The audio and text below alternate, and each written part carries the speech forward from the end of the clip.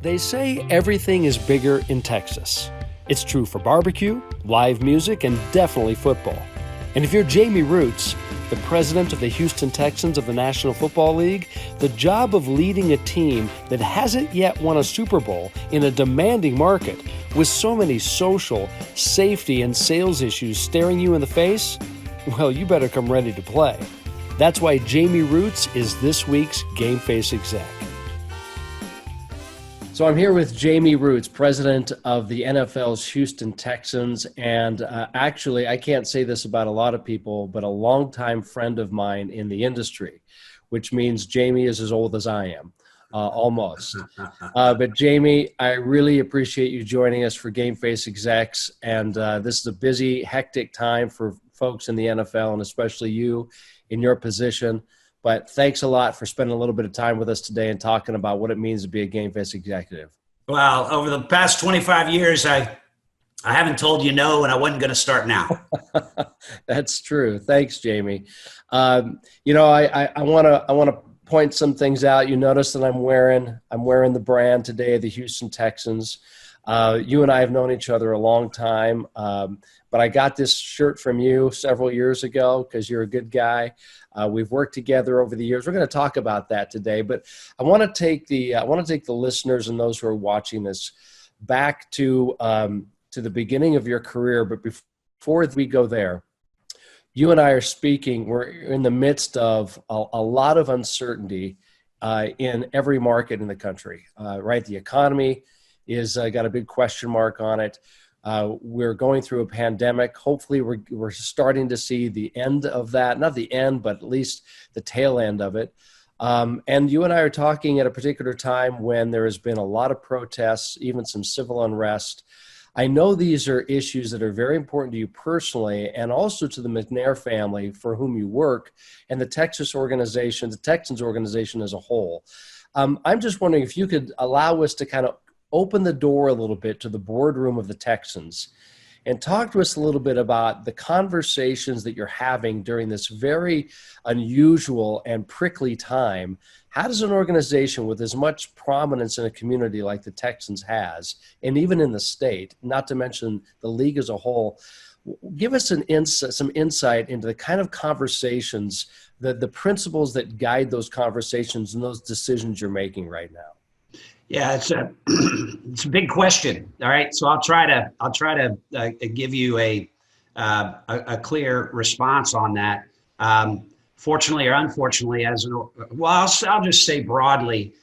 Someone told me one time that challenge is the crucible of leadership. It's like a stick.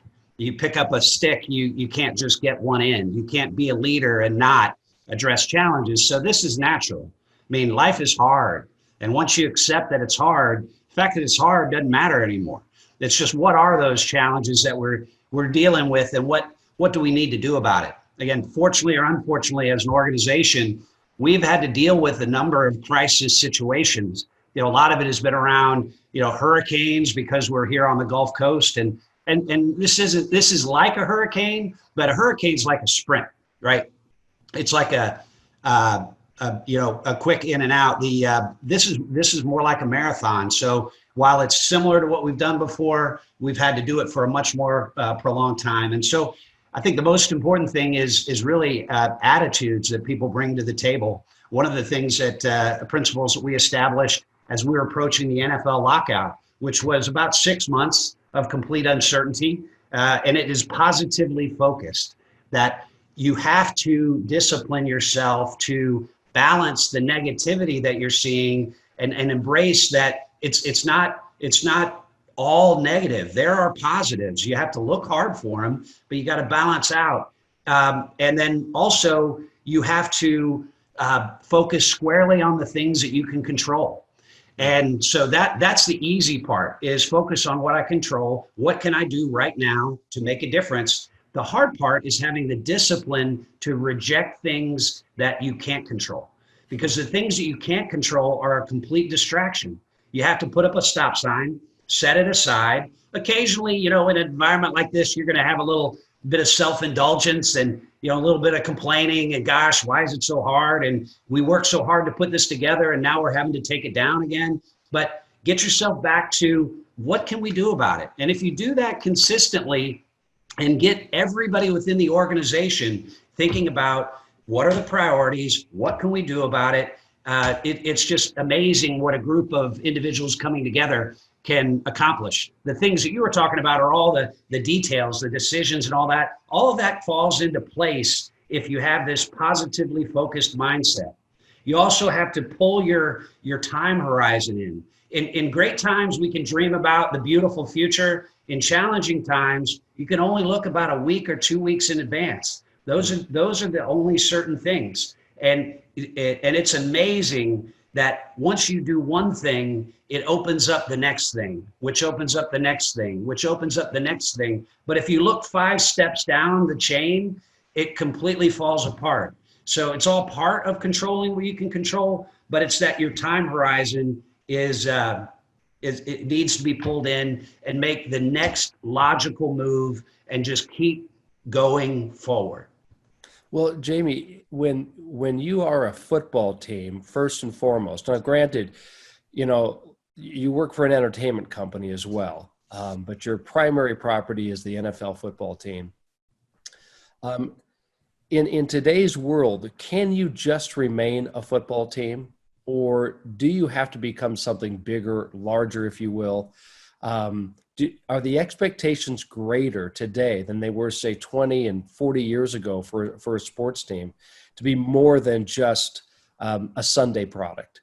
Yeah, that's a good point. I absolutely, the expectations of our sports teams have increased exponentially since I've been in the industry.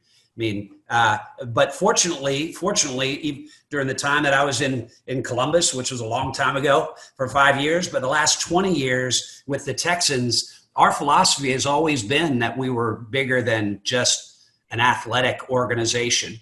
We talk about the Texans, and this has been the same from the very beginning. We have what I term the 3 imperatives. Win championships. So at the core, we are a competitive organization that is trying to win a championship annually for our community and for our fans. But second is create memorable experiences. People are investing in coming to our games to be part of something bigger than themselves, to engage with their family and their friends in a way that they can't Monday to Saturday. On Sunday, we come together as one. We are Texans, most diverse city in America, and nothing brings us together like the game of football. And then number 3 is do great things for Houston. Certainly there's dollars that we contribute. We're like $35 million that we've given to important organizations across this community. We're the number 1 per capita contributor to the United Way in the city of Houston, and really always have been since we've been here. The way that we conduct ourselves does great things for Houston. When you see the Houston Texans on Sunday Night Football against the Green Bay Packers, I mean, that's beamed across the planet. And that people may not know anything about Houston, Texas, other than what they see with those fans coming in their battle red shirts to tell the Packers, you're not playing 53 today. You're playing 71,000, all of us together. And then all of the other events that we've brought to Houston. Houston, in 2002, when we had played our first season, Houston was not even on the radar as a soccer market. We brought the first international game here, USA-Mexico, in 2003. And now Houston's one of the leading soccer markets in America, a viable competitor to host the World Cup when it comes to America. We've hosted the greatest brands, whether it's Manchester United, Manchester City, Barcelona, Real Madrid, all of these great teams. We resurrected the college football bowl game in Houston, and over the last 14 years have taken it from obscurity to one of the leading bowl games in America, one of the 5 best attended bowl games in America. So those are the kinds of things, not just dollars, but how we conduct ourselves and the breadth of entertainment offerings. We don't have to do that. Football teams wouldn't normally do that, but we step out of our comfort zone in order to be something bigger for the city. You just mentioned a second ago that you're the most diverse community in America. I wasn't aware of that, but as you say that, it makes sense to me. The times that I've been in Houston, times that we've worked together, a lot of people don't realize that Houston's the fourth largest city in the country, right? You got New York, LA, Chicago, and then Houston, unless that's changed, Jamie. No, that's right. We're fourth, and we're right on the tail of Chicago. Yeah. And like I said, I mean, there are over 100 languages spoken in this community, and we embrace diversity. We see diversity as really probably our greatest strength going forward as a community. We look like America will look, 25 years from now.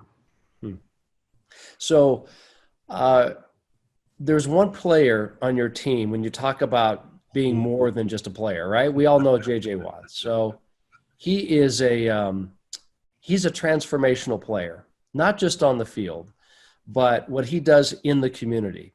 And could you talk a little bit about that? Because I don't know if what came first, JJ's attitude towards community and giving back, or the Texans culture, or if they were just a perfect blend.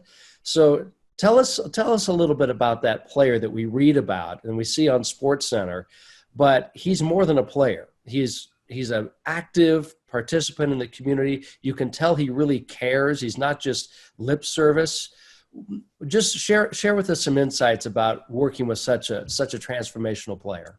Yeah, I mean, it's been a great blessing. One of the greatest blessings of my career to have the opportunity to work with J.J. Watt. You asked the question, was it him, or was it our environment, or was it both? I think it started with him, but I think him coming into our environment, which embraces so completely community service, you just feel it in the walls of the organization, that we're about the city. We want to do great things for Houston. So it started with him, and I think we helped him to elevate even higher. I'll tell you a story. When he first started with us, we had drafted him, and it was kind of a controversial draft pick. Our coaches thought he had a great motor and had a huge potential. And I will tell you a funny story that one of our coaches said about it. But it was during the NFL lockout. And one of the rules of the lockout is teams could not communicate with their players until it was resolved. And it didn't get resolved until July. So I got a call. There was a horrible accident. A family here in Bel Air that was coming back from Colorado. They were in a tragic car accident. The parents perished. The daughter wound up being okay, but the Barry boys were paralyzed. And so a friend called and said, "Can you send some players over to just comfort these kids?" I said, "I'm sorry, I can't call the players because of the lockout." That night, I turned my TV on. Who was over at the hospital with those kids? J.J. Watt. And I knew from that point we had something really special. I talk about J.J. as being the triple threat, and he's the only triple threat athlete that I've seen, right? Has tremendous God-given talent, and he absolutely does. He's a great, great athlete. But not only does he adds to it that magic of work ethic. He has a tremendous work ethic. He knows. I mean, I have a saying that is posted on the back of my computer that success isn't owned, it's leased, and rent is due every day. That was from J.J. Watt, and we have it in one of our conference rooms as well. But the third is understanding that as an athlete, you have a shelf life to be able to make a difference. You're in a privileged position. The same way that we feel about the Texans, we're in a privileged position. People look to us. Yeah, for better or worse, look to us for leadership. How should I act? And JJ understands that when he says something, people will listen. When he does something, it will make a difference for people. So he really does. He has maximized every bit of the opportunity that a professional athlete has by taking his God-given talent, working his tail off, and recognizing that he can be bigger than just the sport. The interesting story is Wade Phillips, who was he was our defensive coordinator at the time and was really integral in our selection of JJ. He was asked right before training camp, "So what do you think about JJ?" He said, "Well, I think he's got a great sense of humor. I think JJ is going to be a bust." "A bust?" He said, "Yeah, a bust in Canton." Oh, wow. That's awesome. Well, he was quite prophetic, wasn't he? He was. He absolutely saw the talent that JJ had, the work ethic that JJ had, the character, the integrity, the love for the game of football, and all those things came together. And we're just really fortunate that he's in our community. Wow. I got something to show you. That doesn't exist. We don't have white helmets. Yeah. So you probably can't see it, but right there at the top, Dom Capers' signature. Yeah. Right. Explain who Dom Caper was. Oh, I remember who Dom Capers was. Dom Capers was the first head coach of the Houston Texans. That's right. So I was actually in your office the day that you announced this logo. Oh my God! And I know you don't remember that, but because I've spent many days in your office, but on that particular day, I got one of these autographed helmets from the coach. It's a beautiful logo, right? I mean, I know you guys wrestled over which logo to use back in those days. What year was that? That was I think we announced the logo maybe in 2001. Yeah, because you maybe in 2000. Well, you joined the Texans in 2000, right? Very beginning of 2000, yeah. So I think it was probably 2001. Yeah. So I was curious.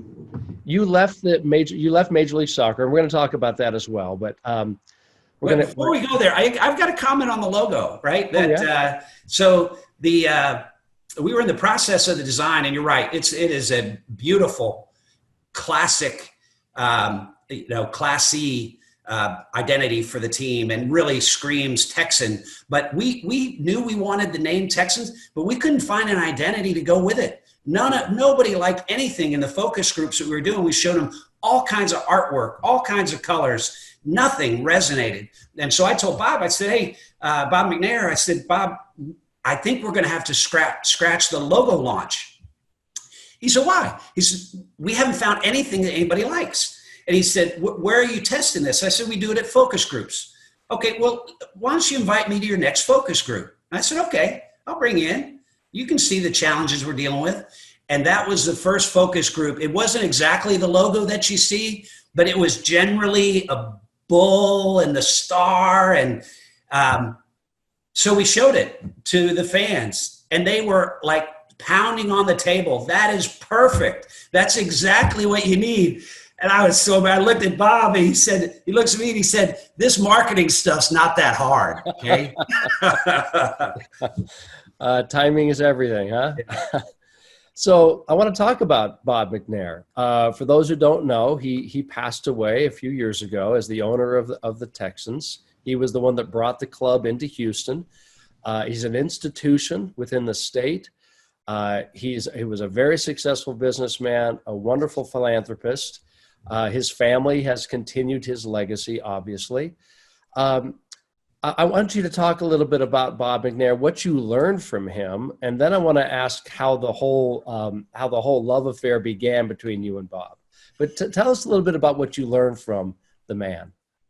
Well, let me start with the love affair, because I've been blessed to only work for two ownership families in sports: Bob McNair and the Hunt family, Lamar Hunt.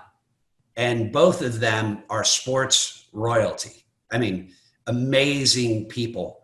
And so leaving Lamar and his family was really difficult. But I'll tell you, the first time I sat down in Bob's office when I visited Houston, it's like they speak differently. They're different, but there's so much similar between these two families and these two people. Bob kind of had me at a low. Right. So that's how that went. But in terms of what I learned from Bob, it was, I've got an MBA from Indiana, but I feel like I got a second MBA working from Bob. There were a lot of holes in my skill set and my experiences that Bob was able to fill, just kind of through the conversations that we had regularly over almost 20 years.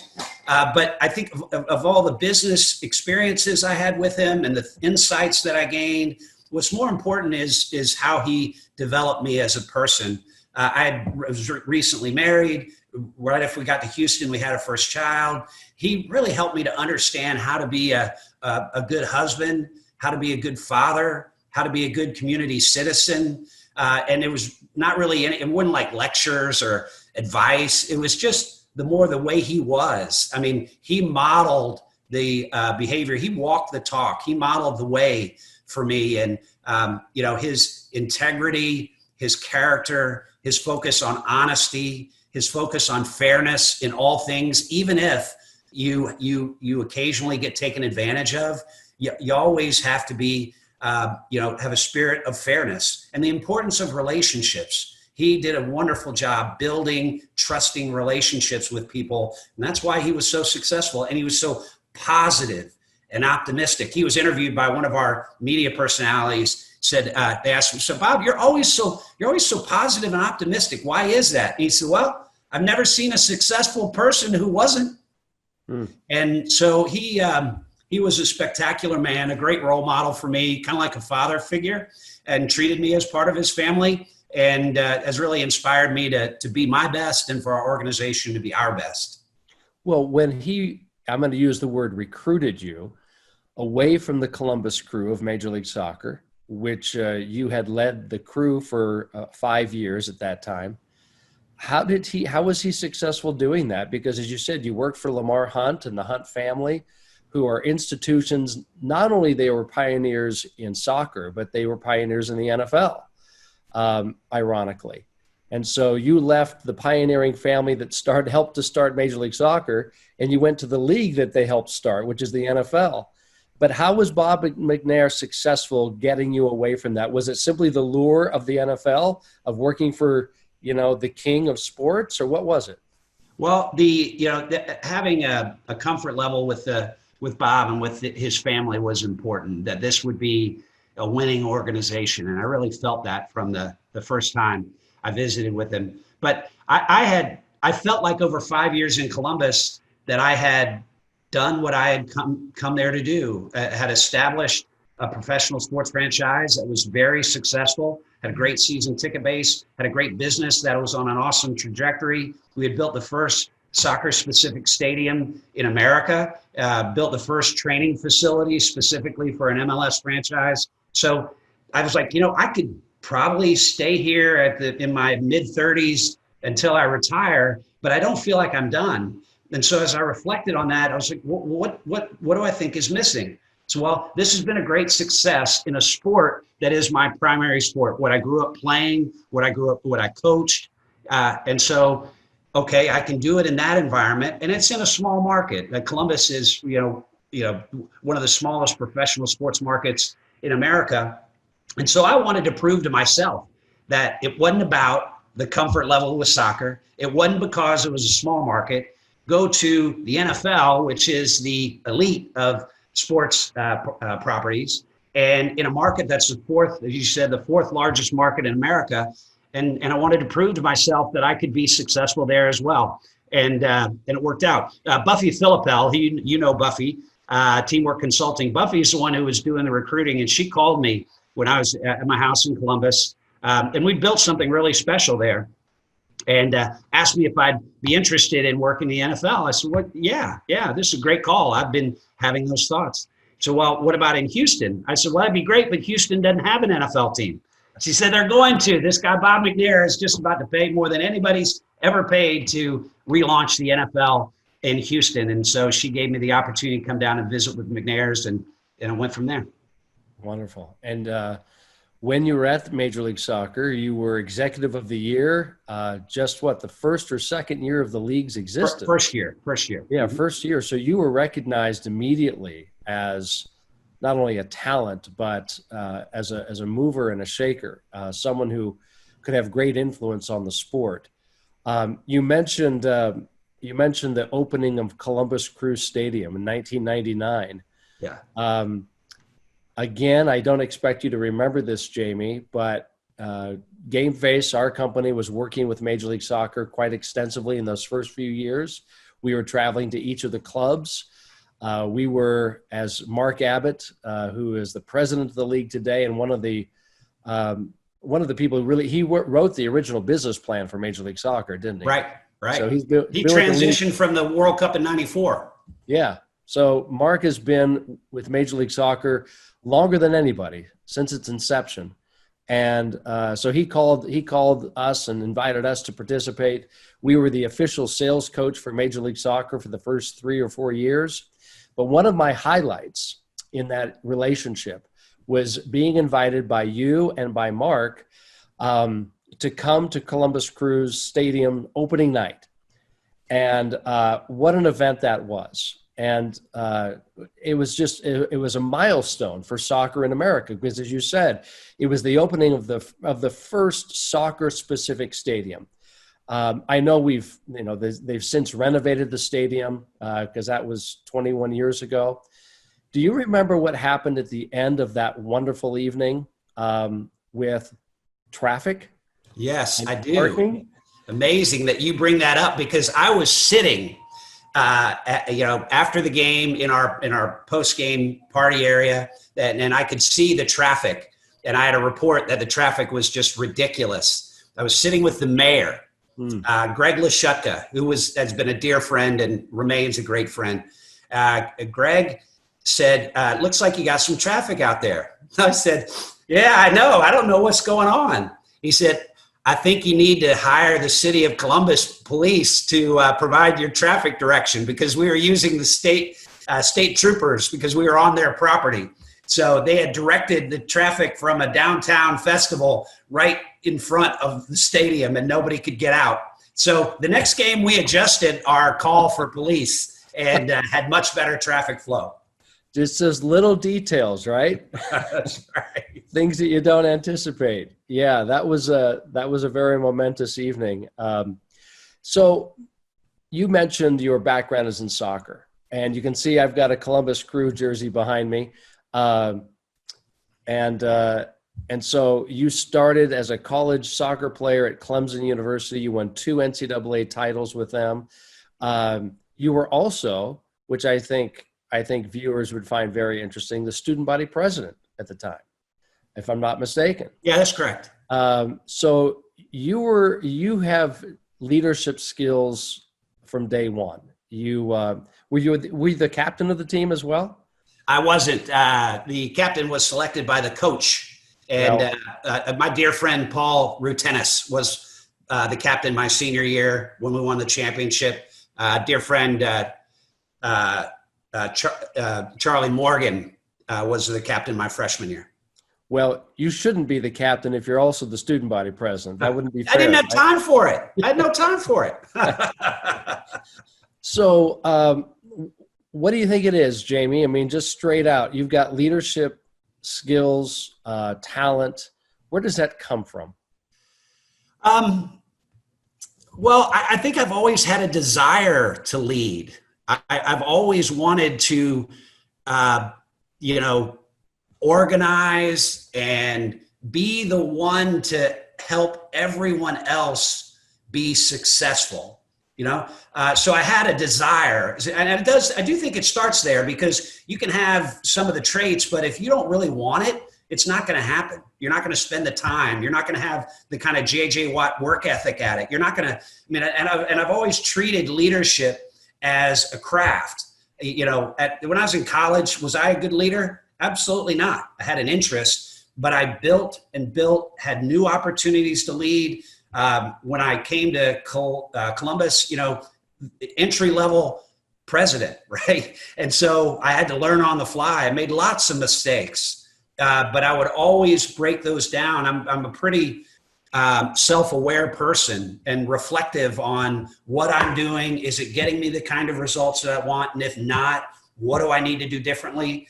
I'm fortunate that I, am good and okay with failure, right? That I'm willing to take risks, that I have a creative mind, as evidenced by, most people would hate to be in a startup environment. I mean, you have a blank sheet of paper. For me, it's a dream.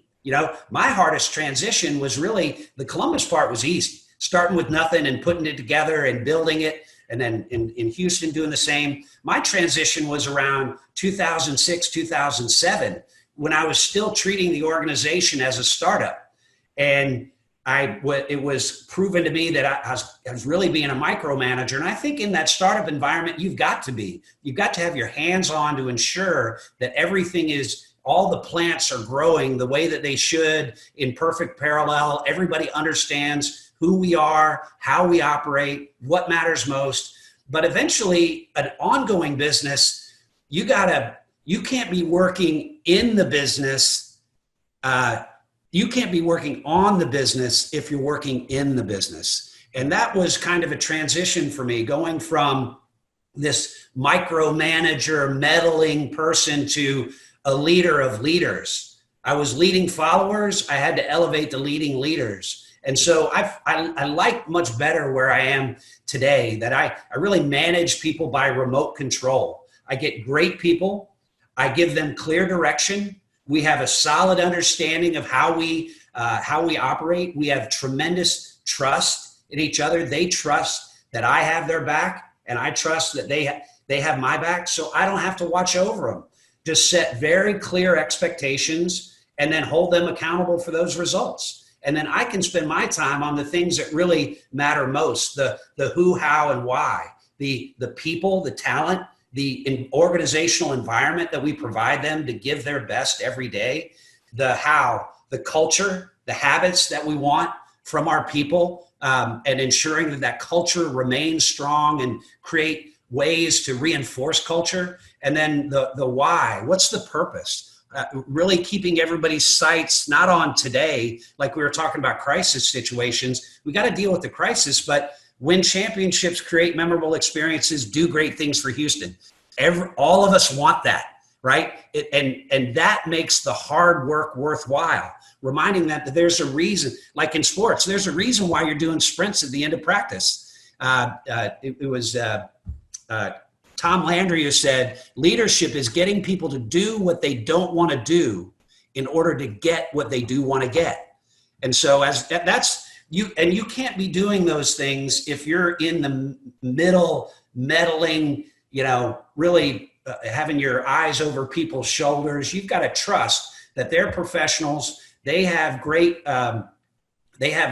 desire to win, right? And just sit with them and help them understand what winning looks like, and then let them go out and do it. And when they have problems, they can come to you. When they need resources, they can come to you. But otherwise, go get your job done.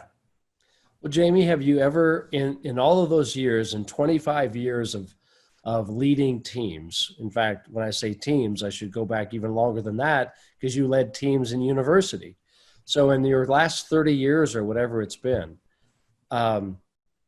there's got to be times when you have chosen the wrong people, or you've inherited the wrong people. Mm-hmm. How does a leader deal with that? What do you do about that? Yeah. Well, think about it. Let's use what you have to avoid is what I term in the sports business. When a GM selects a player in the draft, you really want them to succeed. And sometimes you'll work so hard that you keep the wrong people around for too long. I think in general, we're way too quick to hire and we're way too slow to fire.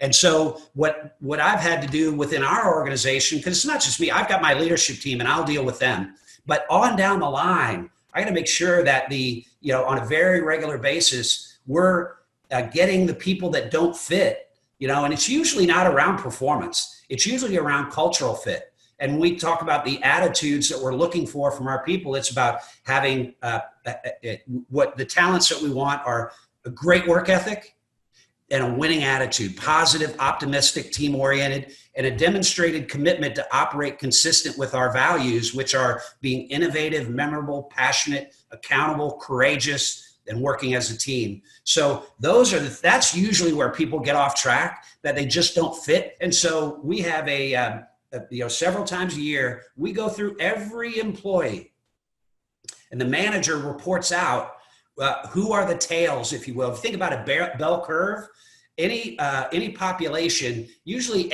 almost everybody's right in the middle. And there's some people that are stars and there's some people that are problems. And so I ask them, anybody in the middle, don't worry about it. Let's talk about your stars and let's talk about your problems.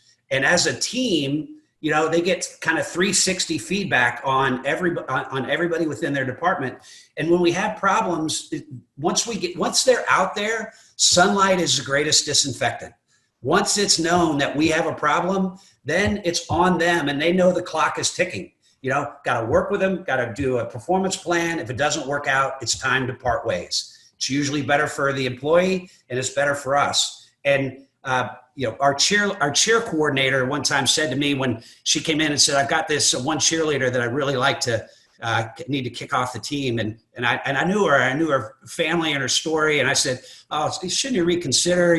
She just really got a great background." She said, "Jamey, let me stop you there. Keeping the wrong people on the bus is unfair to all the right people. We think there's not a cost to keeping somebody around who's not a fit. There is a cost. It does frustrate people. And as a leader, you really have to nip those problems in the bud. It's like a garden, right? Gardeners will tell you, if you're going to go out and weed, it's better to weed too much than to weed too little, because if the weeds remain, they're going to take over the good stuff. So you got to be a great gardener in order to maintain a really talented base." Do you mind if I ask, how does your boss measure you and your performance? Yeah, it's, I would say, fortunately at the head of the organization, he's got a lot of great metrics to look at. And then there's the subjective component. And really it's always been a conversation, coming over to the house. Well, and I will say that it's incumbent upon me to tell my story. So very regularly, I am summarizing the victories that we have. So at the end of the year, it's really not very difficult to evaluate me. All those things that I have communicated, in addition to the financial results, are there. And so we sit down, have a conversation about it, and then move forward. So really, I do my own personal evaluation, and then so that's my test. And then that test is graded by our ownership, and they reward me how they see fit. So in all those years, both at the Crew and at the Texans, has there been one decision that you can go back to? I'm not going to ask you a decision you regret. I personally don't like looking backwards. I try to learn from it, but I don't try to dwell on it. But can you identify a decision that perhaps was your most difficult that you had to make? I know there's been many in the positions that you've held and the prominent positions that you've held. But has there been one that you can share with us that was particularly difficult that you really wrestled with? Yeah, well, the most difficult decisions are the people related decisions. I always agonize those, because you're dealing with people's lives, their livelihoods, their careers. There's a book called The Dichotomy of Leadership. Okay, it's by two Navy SEALs, and they talk about all the dichotomies that exist. But for a military leader, the most difficult dichotomy, and I will talk about it in a business sense, but is having to love your people and know that for the good of the unit, you may have to put them in harm's way. And it's the same way in business, to be able to manage that dichotomy. They say, genius is being able to keep two, opposing thoughts in your mind at the same time and not going crazy, right? And so to be able to know that you have to operate on both of those planes as a leader is something you just have to accept. Challenge is a crucible of leadership, right?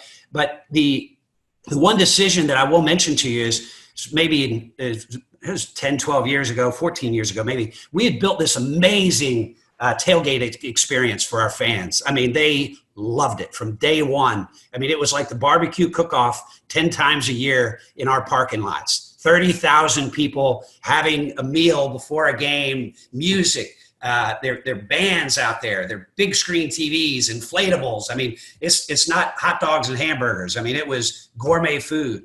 It's Texas, right? What's that? It's Texas. It's Texas, that's right. But across the freeway, there was an empty lot from the Astro World coming down, and they had leased that lot to a ticket broker in town.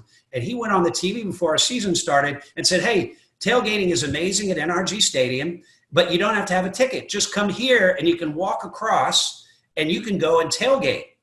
And so we didn't think much of it to begin with. In the first few games, we had a few thousand people that did it. Then we had a game, we played the Cowboys. I think we had 20,000 people without tickets in our parking lots, squatting on the parking spaces. So there weren't parking spaces for the people who had bought them. So they just rolled their coolers in there. And there were fights before the game, fights after the game. So the decision that we had to make was, do we go through, take what was termed a draconian measure and try to make NRG Park a ticketed environment? Nobody had ever ticketed the parking lots before. But that's the decision we took. And there was tremendous media backlash of how awful the experience was going to be. But on come game day, I actually set a post-game press availability to be able to answer the media's questions because they were all out of the parking lots. None of them showed up. It went back to normal. It was the wonderful, magical, family-friendly experience. They don't always work out that way, but the important part was the time that we spent evaluating and had to ask ourselves at the end of the day. Bob McNair liked to say, you can never go wrong by doing what's right. And we had to ask ourselves, this is the hard thing. This is full of risk. We could completely blow up what was so important with our experience, but we knew it was the right thing to do, and we just went ahead. Sam Houston had a saying that courage is doing what's right and just accept the consequences. Once you figure out what's right, it doesn't matter what the consequences are.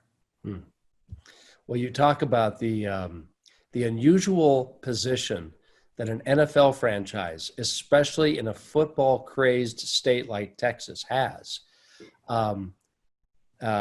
In as far as the attention that you get, right, and the scrutiny that you get, not only from a fan base, a rabid fan base, which every team hopes for, right?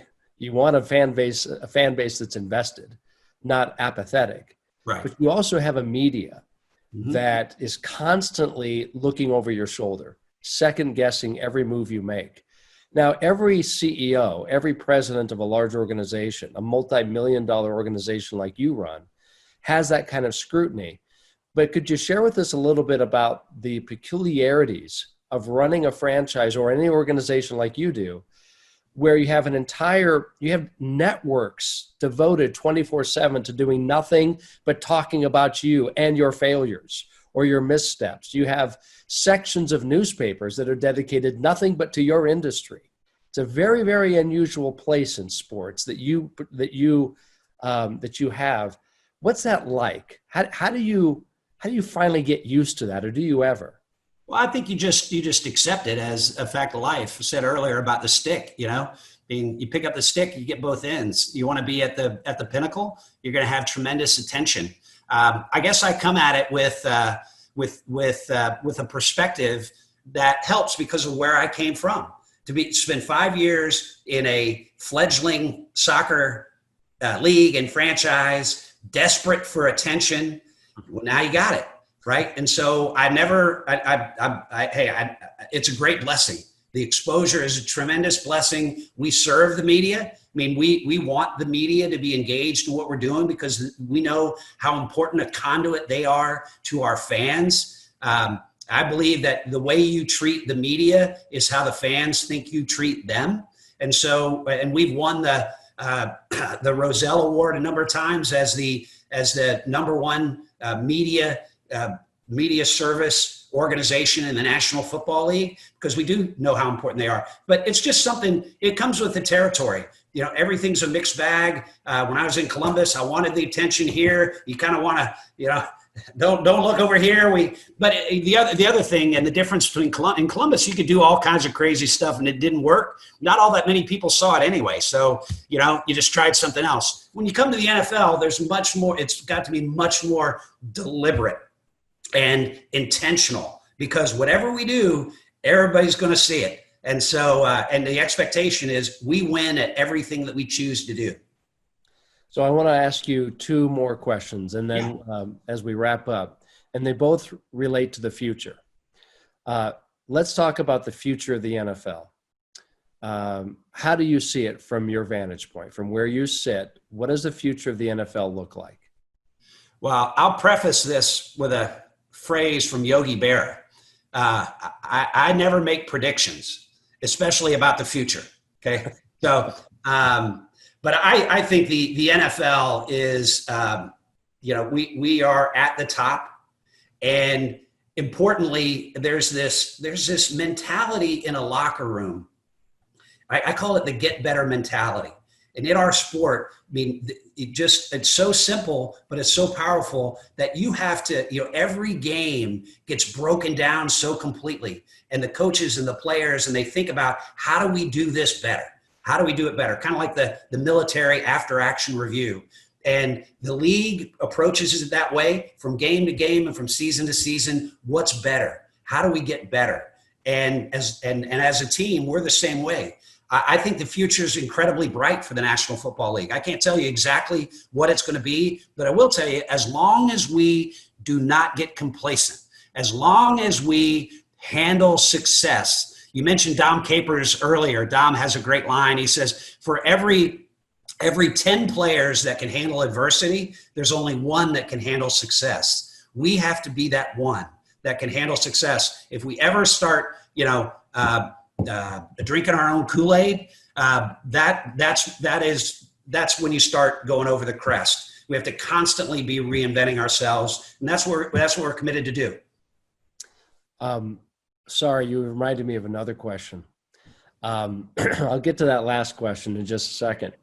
So I'm writing a book, as you know. It's about sales game changers. It's about methodology, and it's also about the people. And the people who are game changers when it comes to that industry. You've been a game changer. You went into Major League Soccer as a very young professional. You were given the title of a general manager. I think you were worthy of it. Some people may have thought, man, who's this guy coming out of the collegiate ranks? He's got a fancy MBA, and he's running an expansion franchise. But you were a game changer in Columbus. You helped to innovate for that league. And then you're doing the same thing with the NFL. What role does sales play in your success, the ability to persuade and influence other people? Yeah, that's a great question, Rob. I was fortunate that, my first experience was with IBM, and I spent like 9 months to a year in sales training. So it was kind of a sales MBA from one of the great sales companies of all times. And then when I went to Procter & Gamble, it's kind of a different level, but it was still sales. It was brand management. So you're trying to influence consumer behavior, remotely, whereas sales is that one-on-one. So I had the advertising and promotion component, and I had the direct sales and sales management experience. And I still rely upon those principles today, because at the end of the day, as you go up in an organization, it's less and less about the things, and it's more and more about the people.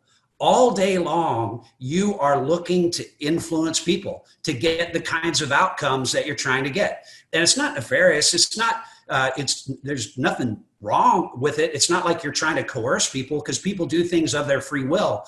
But what you do have to do is get into the shoes of somebody else. Okay, I want to get here. How do I motivate them to help me to get where I want to go? And how can we do this together? What's going to be a win-win? I mean, you think about, a lot of my job is around negotiation. What is negotiations? All sales principles, trying to get to yes, and figuring out a place that everybody feels good about it. So I would say sales and sales principles have a role in my life every day, my work life every day, and always have. And I'm really blessed that I started with such a solid foundation. Absolutely. IBM really revolutionized the way companies sell, didn't they? Yeah. And you were a part of that training. So let's talk about your future. I've known you for 25 years. It's really been a pleasure to be a friend of yours and to be able to work with you and your franchises over those years. Where does Jamey Rootes want to be or see himself being? I won't say 25 years from now. That's a long time. How about 10 years from now? How about 20 years from now? Where do you think, what do you still need to do in your career for you to be fulfilled and say that I've made the difference, I've had the impact I wanted to have? Yeah. Well, I'll tell you, as my career has progressed, my family has become a much bigger component. I mean, they would laugh and they say, "Dad, we know how much you work," but I do. My family is really important to me, ensuring that my kids get off to a great start in their life. My daughter is a rising junior in high school. My son is a rising freshman in college. He'll be headed to TCU here shortly. And my wife, Melissa, is finding some really great things that fulfill her and things that we do together. So that's all good. But in turn, professionally, I'm really focused on being great, trying to be great where my feet are, right? And just make sure this organization and the people, I really love what I'm doing today, but I do see on the horizon, I would like to, as you mentioned, you're writing a book, I'd like to put it down on paper, these principles that have helped to guide these two very successful franchises and the things that I've learned and some of the stories along the way. Not that anybody would want to read it, but I think it would be good to get it down. Maybe at least my children could have a much better idea of what their father was doing while they were growing up and going to school. So that would be something into the horizon. But I want to win a championship. I want to be part of a Super Bowl winning franchise. I feel like, and I've felt for the last few years, that I just got to get that done before I really look beyond the organization that I'm a part of. I'm so blessed to be part of the McNair's organization. They give me such latitude and such opportunity to do, for our team to do amazing things, for us to really live out our best life right here in Houston. So I really can't complain on anything, but a book would be about as far as I'm looking. Hopefully someday that will be a reality. And as you opened your question with, hey, it's been a great blessing to be a friend of yours and have huge respect and really look forward to reading your book. You are a true professional. And that's one reason why I wanted you to join me on this podcast, because I think a lot of us can continue to learn from you and watching you and interfacing with you. Wow. So I congratulate you on all that you have done and all that you are doing. Sincerely. Well, thanks for your friendship. Yeah, thank you. Well, thank you, Jamey. We know you're busy. Let you get back to running one of the best franchises in the NFL. Awesome. Thanks, Rob. Good to be with you. Thanks for being a part of this episode of Game Face Execs. If you found any of it useful or helpful, please rate or like and subscribe to our YouTube channel. I always appreciate you referring us to others as well. I'll see you next week. Until then, persuade, influence, inspire.